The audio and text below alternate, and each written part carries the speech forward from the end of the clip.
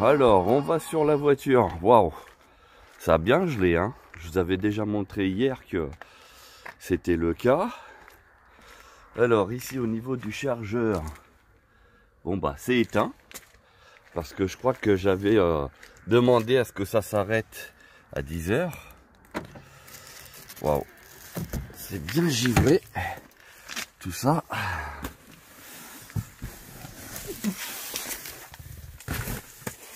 Alors, on ferme la voiture. Donc, ah bah elle est bien chargée à 100%. Donc, je la mets en route. 339 km, hein, l'indiquait. Hein. Oui, j'ai remis mode automatique. Parce que comme je rends le véhicule, eh ben, on va faire en sorte que... Donc là, je l'ai chargé à 100% parce que je vais pas mal rouler. Je vais mettre la ventilation. Donc ça veut dire que là, 339, on est passé à 322. Voilà. Et donc là, elle est programmée pour charger à 22 h. Oui, mais parce que le chargeur, il est encore dessus. Donc là, globalement, je vais mettre pare-brise. Et j'ai configuré pour que dès que je mette sur pare-brise, ça dégivre aussi l'arrière. Donc, maintenant le test est que le temps de débrancher la voiture et de revenir, donc il est quelle heure là? Il est 10 h 20. Je vais débrancher la voiture, revenir et voir si elle est déjà dégivrée. Allez, c'est parti. Alors, en même temps, en économique 338 km et en mode sport 305. Bien sûr, avec mon type de conduite que j'avais, à savoir que elle n'a pas été une version économique. En fait, j'ai pas fait attention pour économiser le maximum. J'ai roulé comme si c'était une voiture thermique. Voilà. Et là, on a gagné donc en éco. Donc, vous voyez ici 337. D'ailleurs, je vais rouler en éco. Allez, pour une fois. Allez, zou, je vais débrancher la voiture. Je laisse chauffer tranquillement.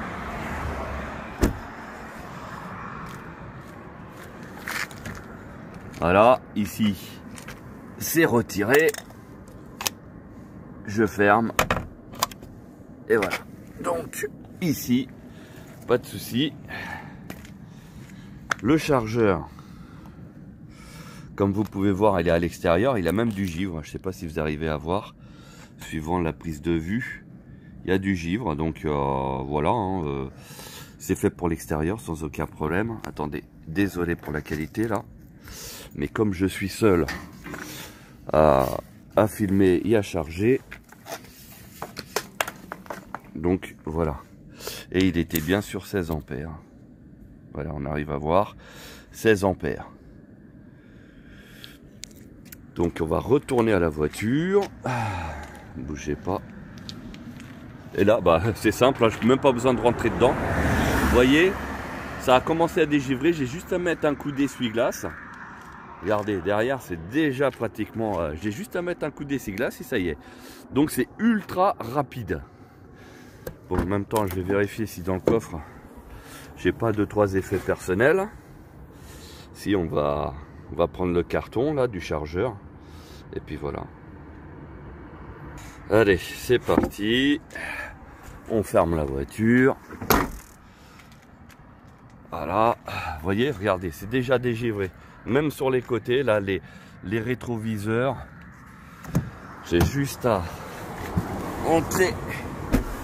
Donc en gros, il y a eu 2 minutes parce que je suis parti de la voiture, il venait de passer à 21. Voilà. Donc, un coup d'essuie-glace. Et la voiture est déjà dégivrée à l'arrière. Un coup d'essuie-glace. Et ça y est, c'est visible. Donc juste le temps d'aller débrancher. Et là, bah, je retire tout. Voilà. Et juste le temps de débrancher le câble, vous voyez, la voiture est déjà dégivrée. Là, on a -1. Donc pour ceux qui pensent que c'est parce qu'il fait chaud. Non, il fait -1, donc il y a c'est vraiment que le chauffage il est très efficace sur ce véhicule. Alors je fais une pause, et parce que il fallait que je mette ma ceinture, donc là je mets marche arrière. Alors pourquoi il veut pas? Là vous voyez, on a un petit bug a priori. Allez, point mort. Donc là on y est, et maintenant marche arrière, et il veut pas. Donc je vous montre, hein, voilà, parce que certains peuvent peut-être avoir ce petit bug, hein, il n'y a pas de souci. On va éteindre tout simplement, regardez. Allez, on va dire que vous avez le bug, et puis vous rallumez. Pied sur le frein, un coup bref, la voiture va se rallumer. Et là, vous voyez, j'ai mis sur R, ça a passé. J'ai la caméra de recul derrière, il n'y a pas de problème. Et je me guide vraiment que avec la caméra, rien d'autre.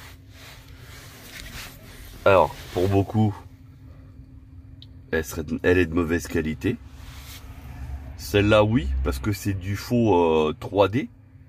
Enfin, voilà, on va dire, c'est imagé, donc il est normal que ça soit de mauvaise qualité, entre guillemets. Mais ici, même si on n'arrive pas à lire la plaque d'IMAT, on arrive à voir qu'il y a un obstacle. Voilà. Et comme d'habitude, vous pouvez sélectionner la caméra, là, tout autour, là, vous pouvez sélectionner ce que vous voulez.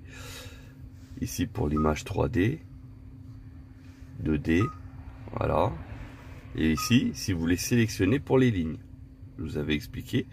Donc là, vous voyez, hein, c'est pas en français, c'est en espagnol.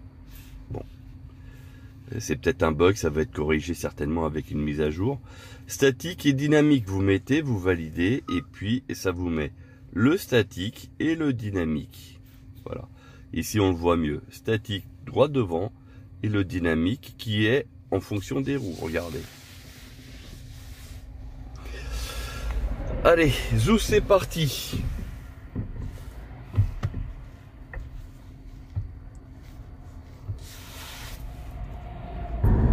Alors, j'ai eu un petit message qui s'est affiché pour me dire que les feux de route étaient, enfin les feux de route automatiques étaient indisponibles. Alors, je vais essayer d'avoir l'information à nouveau. Le problème, c'est que... Ah oui, c'est parce que en fait, vous voyez, attention, caméra avant bloquée. Alors, c'est tout simplement que soit à cause du froid ou soit à cause du givre qui est sur la caméra, en fait, ça désactive. Et du coup, ça peut avoir des incidences sur l'éclairage automatique, mais aussi le anti-collision. C'est-à-dire que là, je vais faire un test, savoir si elle va détecter la voiture de devant. Et c'est pour ça qu'il y a le triangle jaune en haut à droite qui est affiché. Alors je vais mettre régulateur. Là, vous voyez, il y a une voiture devant là. Tac. Et ben, je mets le régulateur et on va voir si elle va détecter. Et elle a détecté. Donc à mon avis, le détecteur anti-collision n'est pas accouplé directement à la caméra, parce que il y a la caméra, donc celle qui sert pour le stationnement, et après vous avez un gros détecteur, un radar qui se trouve plus bas, qui est de façon rectangulaire, et vous avez en plus des capteurs qui sont sur le pare-brise, qui sont en général sont pour la pluie et pour les lumières. Voilà, donc je voulais afficher concrètement le message qu'il avait affiché. Attention, caméra avant bloqué. Bah, alors que quand j'ai fait le stationnement, on a vu l'image, hein. Tac. Ça, c'est pas ça. Ça, c'est les kilomètres effectués. c'est pas ça. Non, et on revient. Bon, il n'y a pas possibilité d'afficher le... Enfin, si, juste pour la caméra. Donc là, vous avez vu, j'ai le limitateur. Je vais le mettre à plus même. Parce que là, on est limité à 90 km/h. Mais comme la voiture devant n'avance pas plus vite, bah du coup, je le suis. Voilà. Comme vous pouvez voir, à côté du triangle jaune, vous avez un espèce d'un amortisseur. En fait, c'est des traits. Regardez, là, il ne reste plus que 2 en vert. Et là, 1. J'ai joué avec la distance de sécurité, en fait. Ça veut dire que là, je me rapproche plus de la voiture devant. Là, il roule pratiquement. Voilà. Donc là, je me suis rapproché. Et là, maintenant, il détecte que je suis à la distance. Donc, il a ralenti. Et en fait, la voiture de devant, elle fait du 82-83 km/h. Voilà. Sinon, pendant... on a eu cette voiture pendant une semaine.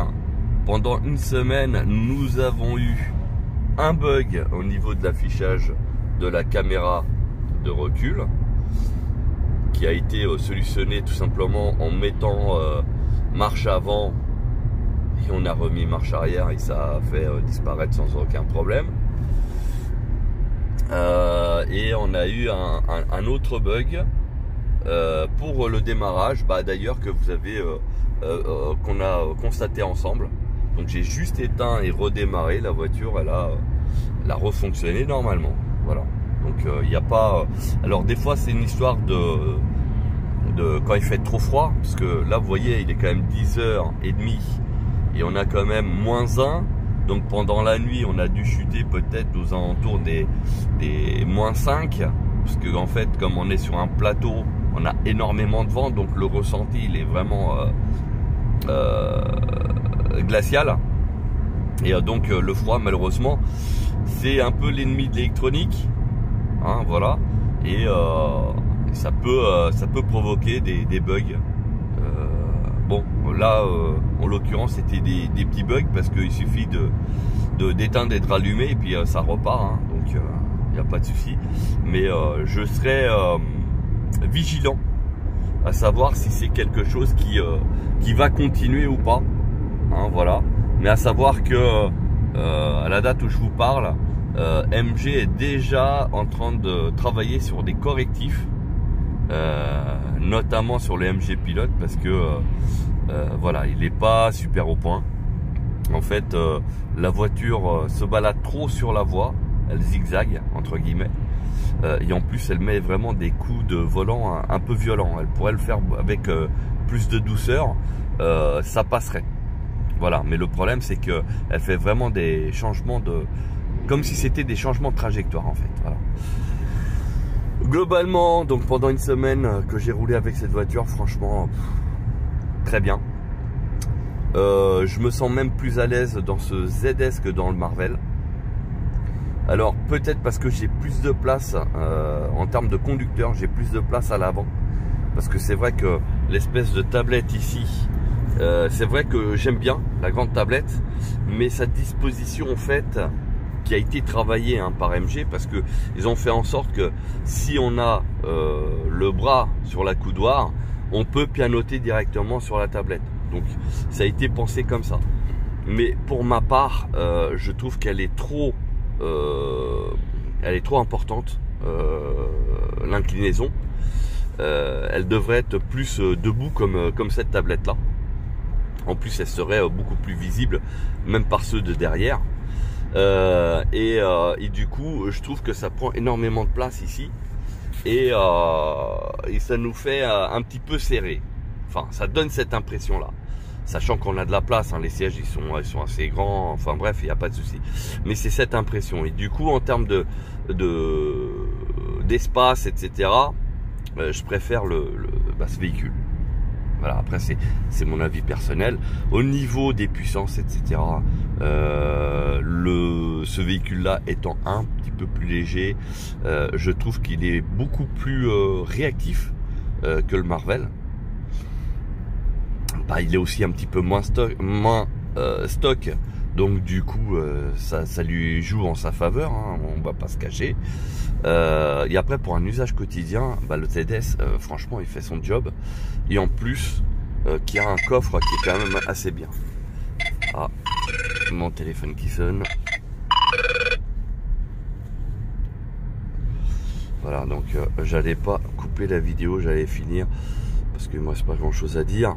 Donc globalement, ne vous focalisez pas sur le Marvel qui serait automatiquement le haut de gamme, etc.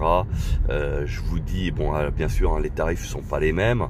Après, il y a aussi plus d'options sur le Marvel, on va pas se le cacher.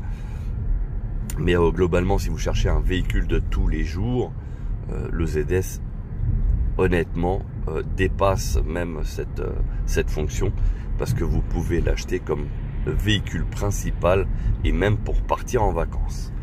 Voilà. Donc vous voyez, hein, j'ai toujours 90 km/h ici. La voiture devant, elle fait du 47, entre 45 et 45 km/h. Donc la voiture ne fait que la suivre. Je n'appuie même pas sur les pédales, regardez. Tac, tac, tac. Vous voyez, les pédales, elles sont libres. C'est la voiture, elle va se gérer. Et bah, elle va, si la voiture devant s'arrête, automatiquement, le MG va s'arrêter aussi. Alors il faudra aussi s'habituer, vous voyez, on a déjà roulé, ça fait à peu près 10 minutes. Le capot, il est toujours givré. Et il restera givré. Pourquoi? Bah parce que bah, il chauffe plus. Tout simplement. Et comme il chauffe plus, bah, il va rester givré. Voilà, donc ça c'est pour la petite info. Quoi vous dire d'autre? Bah rien. À part voilà, là la voiture elle a ralenti. Bon là j'ai mis un coup de frein parce que sur les ronds-points, elle va pas forcément savoir que il faut s'arrêter. Là j'ai pris la relève. Donc abonnez-vous à la chaîne YouTube, hein, Basvel Autoservice. Vous pouvez suivre donc la page Fan Club MG Motor FR. Donc là vous avez beaucoup d'utilisateurs des MG, hein, des différents MG existants en France, qui vous parlent librement de leur véhicule. Pardon. Donc aussi bien les bugs, les surprises, les bonnes, les mauvaises aussi, hein, parce que on va pas se cacher, il n'y a pas forcément enfin je veux dire la voiture elle n'est pas exemptée de soucis, hein, ça reste des véhicules qui viennent d'arriver. Certains ont eu des bugs, alors à savoir qu'il y a déjà une mise à jour qui est prévue au moment de la livraison du véhicule, donc ça corrige déjà pas mal de petits bugs. Mais après il y a des petits bugs là, comme je vous avais présenté, la caméra de recul, bon bah le régulateur de vitesse, enfin ça c'est déjà en cours, c'est déjà en fait ils sont en train d'étudier une mise à jour. Donc voilà, mais vous avez le ressenti des utilisateurs. Vous avez aussi des concessionnaires qui sont présents, donc qui peuvent vous répondre si vous avez des questions pertinentes. Voilà, donc c'est vraiment une communauté qui n'est pas pro MG ni anti MG, hein, voilà, c'est tout simplement une bonne entente sur lequel voilà, il y a une entraide, un partage, voilà. Il y a même des membres bah, du coup qui sont devenus copains et de temps en temps se font des petits apéros, voilà, parce que bah, c'est ça en fait, hein, le fait de partager ses propres expériences bah, permet de rapprocher les uns les autres. Et aujourd'hui, dans ce qu'on vit avec le Covid, franchement c'est quelque chose de bien vu, et j'encourage même à ça. Voilà. Donc ici le MG qu'on m'avait prêté, qui avait 0 km, qui aujourd'hui en a seulement 306, que j'ai fait pendant une semaine. J'ai pas beaucoup roulé, j'ai fait beaucoup de photos, vidéos, voilà. C'est pour ça que j'ai pas pu tester le mode économique, le mode normal. D'ailleurs, ah oui, c'est parce que je l'ai redémarré, je voulais rouler en mode éco. Voilà, parce que pour moi ça suffisait. En fait, je voulais savoir si en mode éco, il fallait que j'appuie vraiment beaucoup plus sur l'accélérateur ou pas. Voilà, bah écoutez, je vous remercie pour votre fidélité. Et puis, je vous dis à bientôt pour d'autres vidéos.